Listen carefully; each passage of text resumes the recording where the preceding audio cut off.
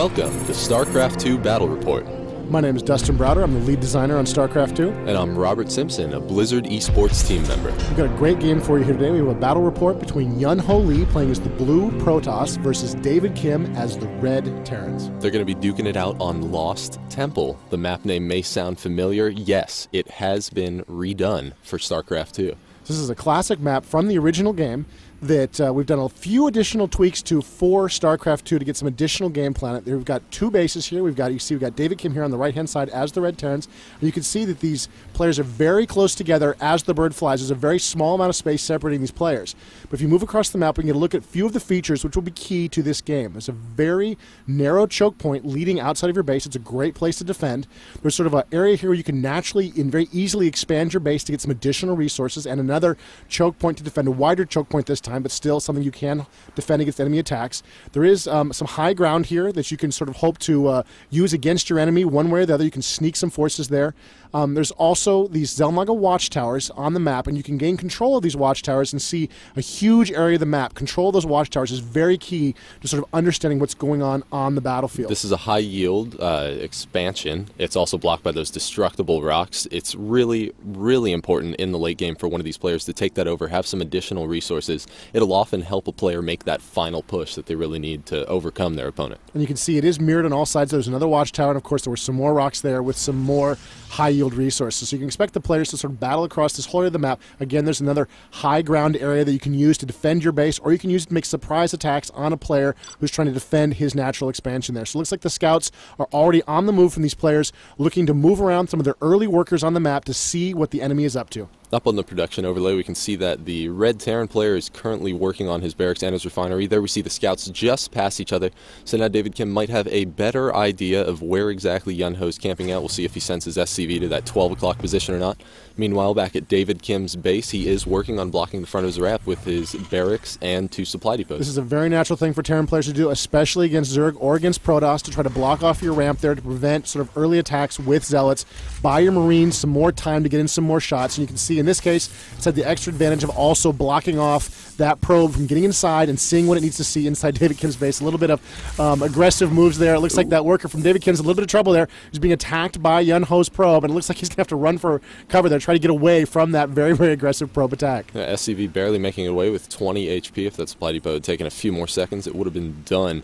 We can see that David Kim is going for an orbital command. Very early, he wants to have his resource advantage. Yeah, there we go. There's the worker trying to get back in the base. You see he lowered his supply depot to let the worker back in. He had a Marine there to drive off that probe. So it looks like David Kim has managed to see what's inside the Protoss base, which is what he needed to do. He needed to scout, and he has done so successfully. Meanwhile, the Protoss right now are blind. They don't know exactly what's going on inside the Terran base. There's not a lot of possibilities at this point, but this only becomes a bigger issue later on. He needs to see what's going on inside so he can make smart tech choices.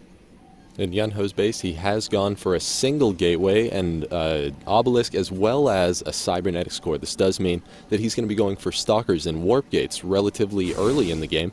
They're going to be very effective against Marines. Yeah, he really needs to get the Stalkers into play. They can really dance around the Marines quite a bit and do a lot of damage. So the Marine player needs to get Marauders on the field to really counteract that threat. And of course, David Kim has seen that cybernetics core. He knows the danger. He knows the possibility. He'll have the counters in play. Meanwhile, the Protoss player still has not seen inside the Terran base, so he's not exactly sure what's going on. You see, the Terrans had control of the Watchtower very briefly there before that Zealot came in and drove that Marine off. And the Marine's just trying to play keep away right now. He doesn't see the danger of the approaching second Zealot, so now he's in a little bit of trouble. He's going to have to try to just run away as fast as he can, taking a hit there as he turns a corner, and here the Zealot is sort of moving around trying to drive this Marine away, and you can see David Kim being very clever. He's just pulling that Zealot out of action. Oh, a little bit of a misturn there, and he gets cut down.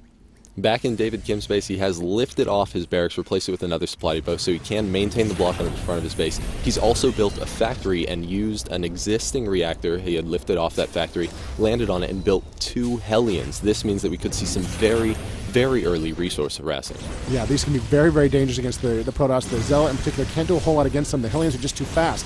They can shoot, they can back up, they can shoot, they can back up, and the Zealot really just has to run for it now, try to get back to the safety of his base. And the Stalker's when he needs to get into play there. The Stalker will allow him to chase and shoot up those Hellions, but even the Stalker can't keep up with the speedy Hellions as they just dance right around the Protoss forces, right up into the Protoss base, closing quickly on the probes, and the probes are forced to run for cover as the Hellion close in and just trashing the place with those flamethrowers. David needs to maintain the pressure. He needs to be chasing those probes just a little bit faster. He's been stopping, using some flame onto the buildings. Oh, and one of his Hellions is taken down by the Stalkers. Stalkers obviously trying to focus down those Hellions. He doesn't want to lose any more probes. I believe that Yunho got away with only losing 3 probes. Very lucky escape. Yeah, it was really, really good moves by keeping those probes away and keeping his forces pressure up. Of course, David Kim, a little too early maybe with the Hellions. Only 2, not a lot of damage he can do with those. He did do some, and he did manage to do a little bit of harassment, but you can see it didn't really pay off for him in a big way. And it looks like he's lost a little bit of board control is the point. You can see the Protoss just boiling across the map now. You can see their blue just swarming all over the place, while the Terrans, meanwhile, are backed up into their base and are waiting now for the inevitable attack.